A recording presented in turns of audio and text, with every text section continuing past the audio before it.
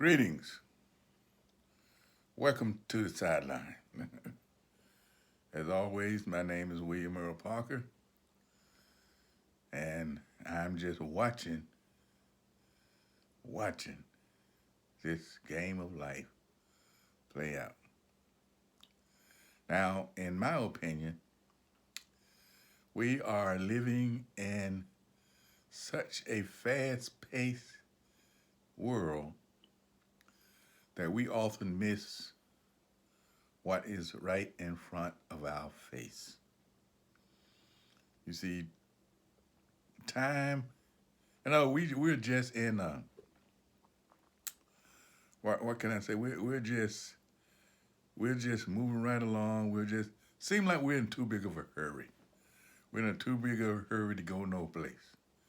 Instead of relaxing, taking our time, and you know, just uh, really, really understanding our life. I guess that's the best way I can say it. I don't know. Uh, or you probably don't want to hear my opinion, but I've gotten kind of stubborn in my old age with nothing to do but sit around,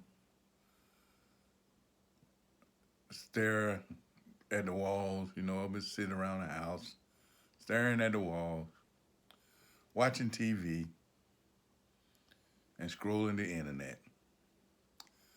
So sometime I get out and drive a little Uber to just take my mind off things. But I mentioned that in March of 2018, I walked out of the hospital after waking up from a coma. Now, since then, my life has been turned upside down. Sometimes we have to stop and smell the roses. The problem is when you slow down, you see a lot more. I guess you can say when you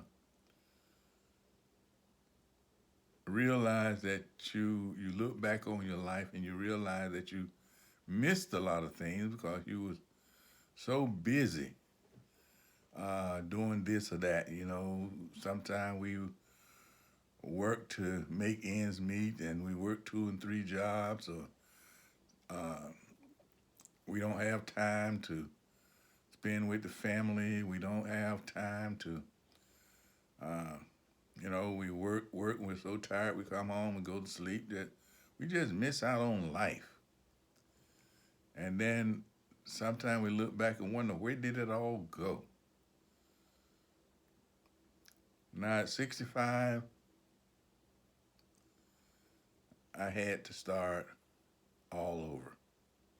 This was when I had the coma. I was 65, and it seemed like I had to start my life all over. But since then, I kind of slowed down a bit, and I became, I ended up on the sideline. Well, like I said, that was 6 years ago. And now I'm 71, and most of the people I talk to think I'm headed to hell. Now, I say if there is a hell, many of them will make it before me because they don't truly understand their God. They don't understand their God's rules and regulations. They don't understand their God's rule book. And they certainly don't obey it.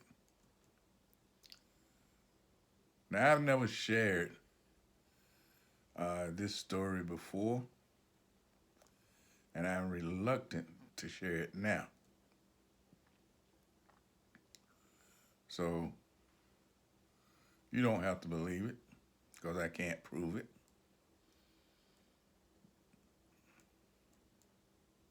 And a lot of things I keep to myself because I can't prove it. You know, I love to talk about proving something before you before you leak it out of your mouth, because people are going to take things a certain way. But here goes.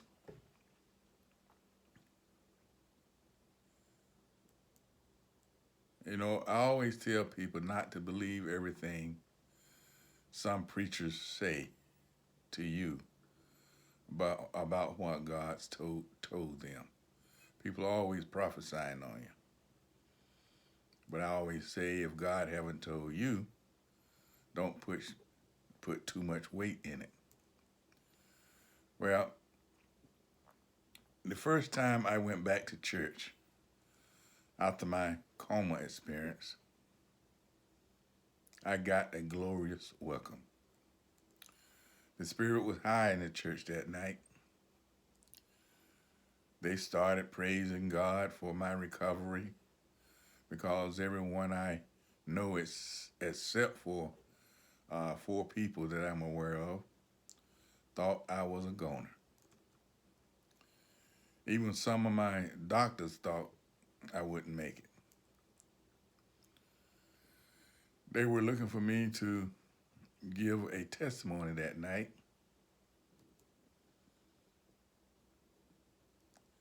And I declined, saying that I would at a later date.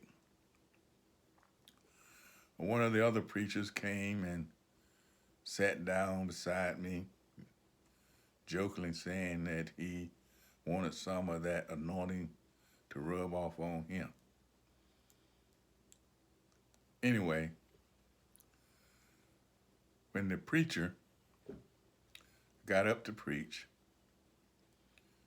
it seemed as though a cloud filled the sanctuary. Just like some of the stories you hear that God came in and he always come in as a cloud and so forth. But apparently, only I saw the cloud. And in this cloud, everything the preacher was saying was in caption, which was strange. She was talking, I was seeing the words come out of her mouth, and these words that was coming out of her mouth was falling to the ground. Now, the church service was still going on as usual, but I was in awe because the preacher was on fire. I mean, she was going all over the stage just talking about God, but yet these words were coming out and falling right to the ground. The congregation was responding to her every word, at least that's what I was assuming. And I mean, they was up clapping and just praising the Lord. And but her words seemed empty because they, like I said, they were empty of the spirit because they were just coming out and falling. And they were just laying there on the floor.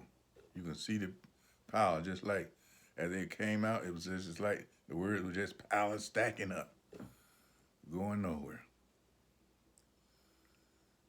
So, in my opinion, I believe that the people were just responding to the music, because soon the preacher get fiery hot and speaking.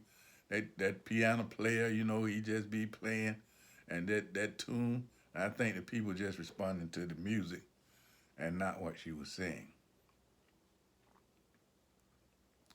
And then I heard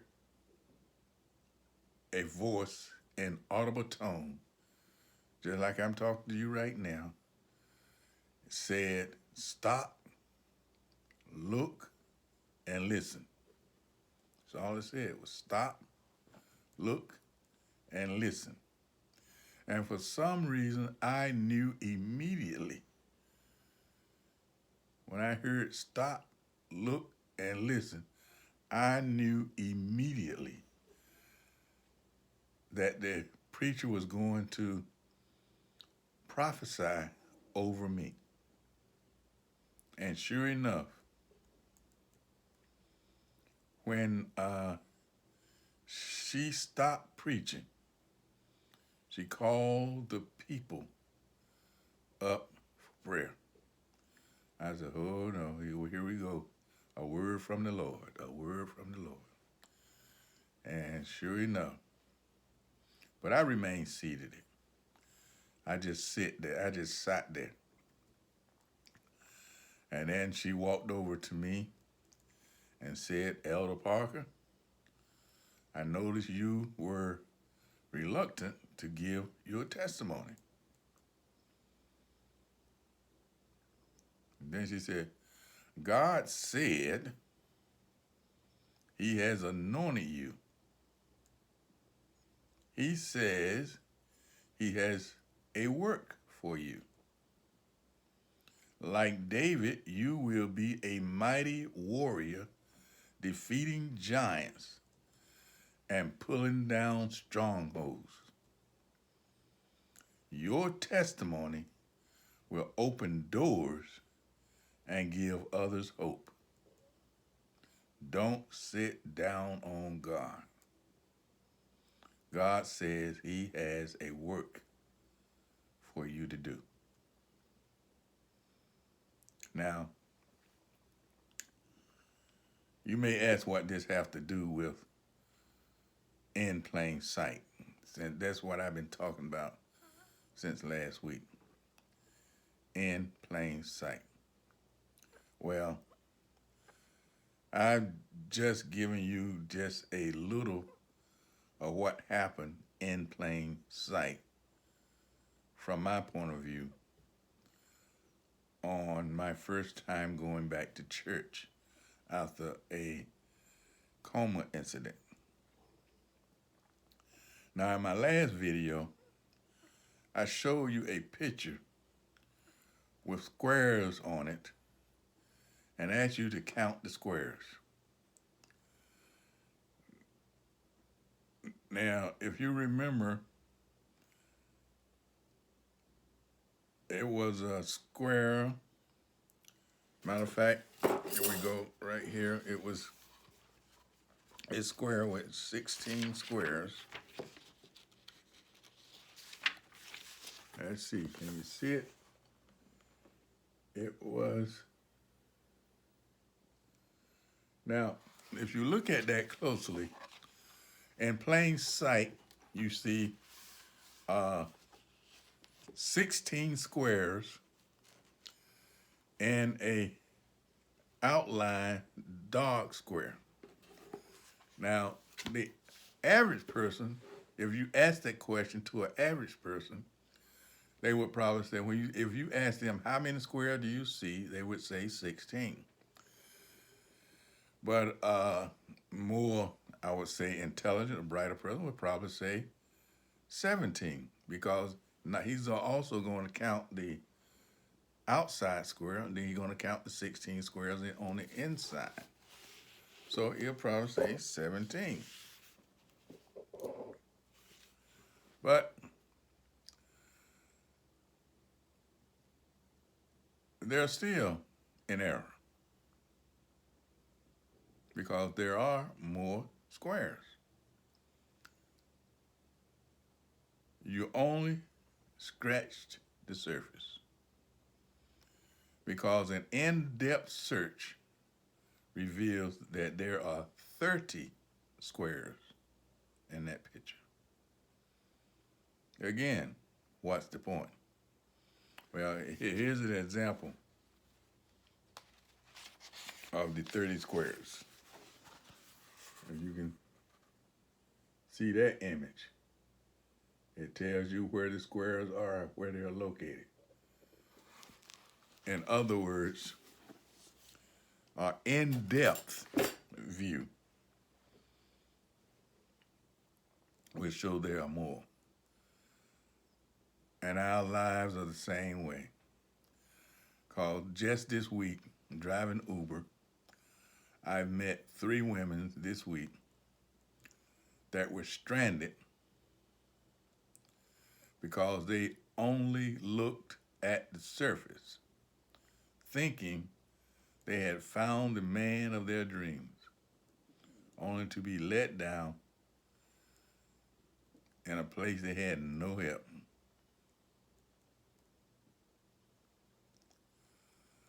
Also, matter of fact, just yesterday, a lawyer asked me a question about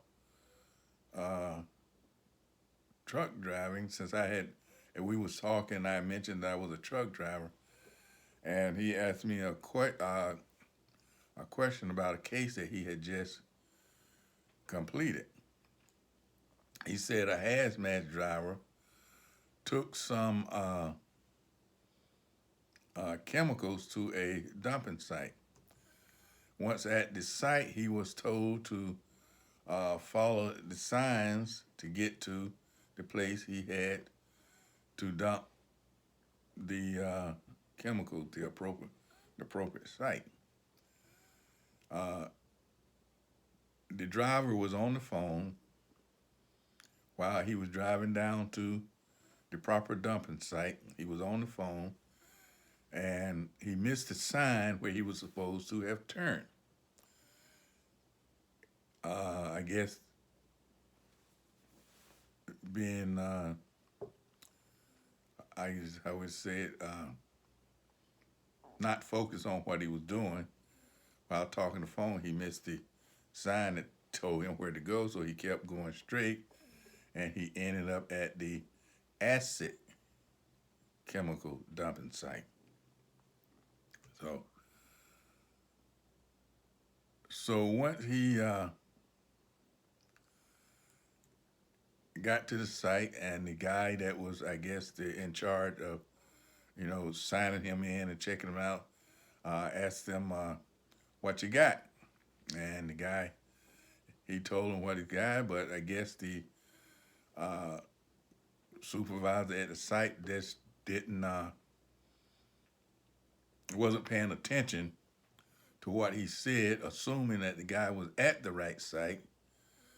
And this guy, he was at the end of his shift, and he was kind of ready to get out of there. And so he just took the guy's paper, didn't look at him, just took him, signed him, and said, "Dump, yeah, go ahead and dump." And the guy backed up, the trucker backed up to the dump and began to unload his truck. And while his truck was unloading, he sat back in the truck, back on the phone again. So the problem was that while he was sitting there talking, a cloud formed. I guess the 2 chemicals had a chemical reaction, and there was an explosion, and a lot of the employees got injured. A few died from their injuries. And the thing was, that, so he asked me, what do I think? I said, well, the trucker, first off, if he had been paying attention, I said, once he entered that site, once he drove on that lot, entered that site, and was told to look for a certain side, that's what he should have been looking for. He shouldn't have been talking on the phone. The trucker knew what he had. So when he saw the first sign, the correct sign, he would have turned and went down that way. So that would have avoided But then again, if once he reached the wrong site, the person there, if he had done his job, it would have corrected the whole matter. It would have corrected the mistake that the trucker first made. But he was tired and he was ending his shift and he was just ready to go, and so he just assumed everything that was in order and everything, and didn't check the paperwork. And anyway,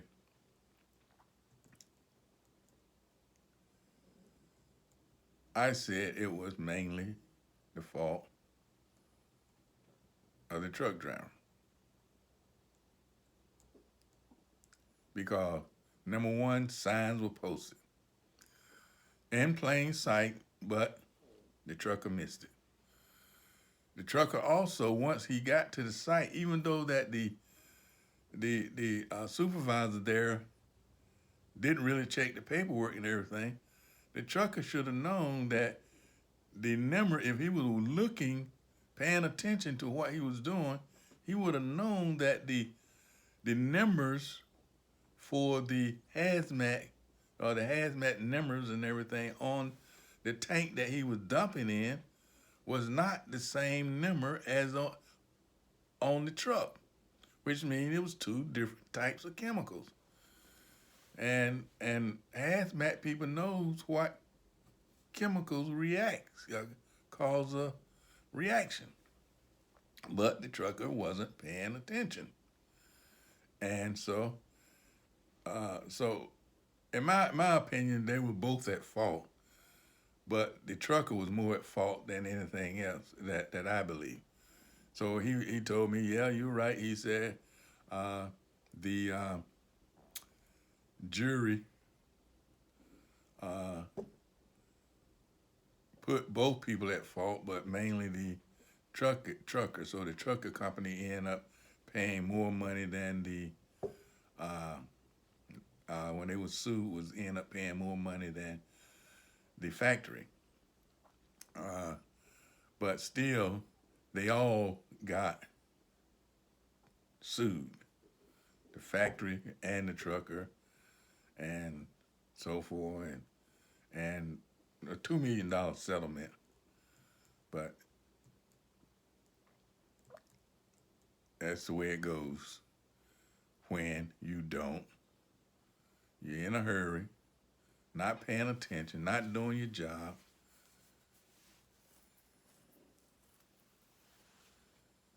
And the point is that things don't always go as planned in life. We want to blame it on fate. Some will blame it, on the devil. And some will just say it's God's will. But most of the time, it's our own doing because we ignore what's in plain sight. Now, just remember, every action has a reaction. You will reap what you sow. Slow down, pay attention, but most of all, study to show yourself approved. Once again, I'm William Earl Parker, watching this game of life from the sideline. Let God, the God of creation, light your path.